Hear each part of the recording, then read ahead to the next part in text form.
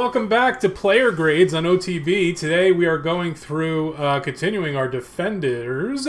And today we've got Eric Dier. And Andres thinks he's in the Welsh Mafia. That's okay. One day, Andres. If Lucas Moura can be in the Welsh Mafia, so can you. Eric Dier. Man, this was like he turned into from a player that was like a love-hate relationship to a hate-hate for most of the fans.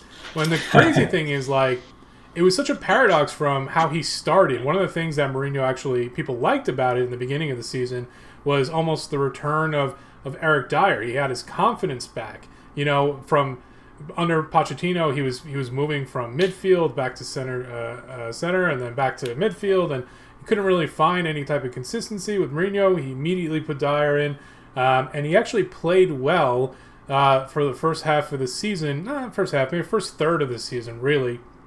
And then all of a sudden, probably around the same time as our dipping in form, I think it was that West Ham game, that basically, you know, when he makes a mistake, like when he has an issue, when he makes a mistake, they seem to be really, really big mistakes, and like devastating mistakes. And for me, I've always given Eric Dier a chance, annoyingly so, to my fellow Spurs fans that I go and see the games with. Shout out to New York Spurs, but I love chanting I love Eric Dier and Eric Dier loves me, because I always really rooted for the man, and I think this is the season where I just have to like cash in, and there were just too many mistakes. His confidence, despite him saying like, hey, I'm still feeling good. I still think my performances are better than they're showing up as.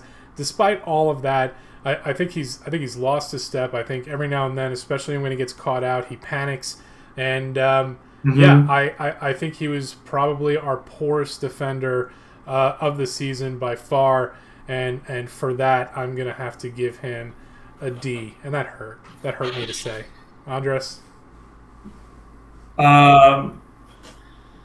I was trying to make a joke about, never mind. D for Dier, right? That's the joke. That's the joke I was trying to make.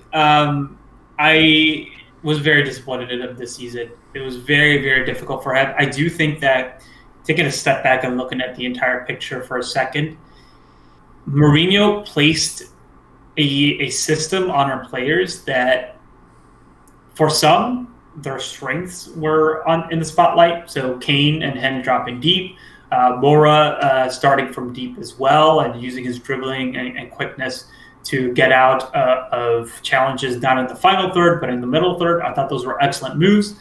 But overall, placing so much emphasis on the defensive system with the likes of Eric Dier in your center back pairing, that's just a recipe for disaster.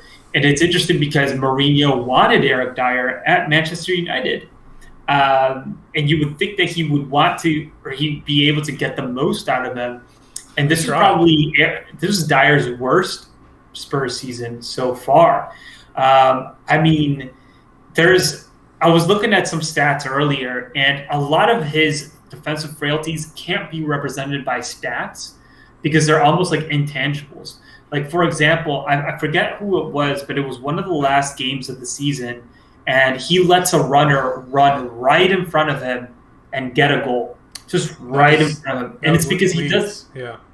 That was Leeds, that's right. And it's because Dier doesn't have like the defensive mind in order to read that and react to it quickly enough, right? So at the end of the day, we have a player in the back four that just wasn't built for any of this.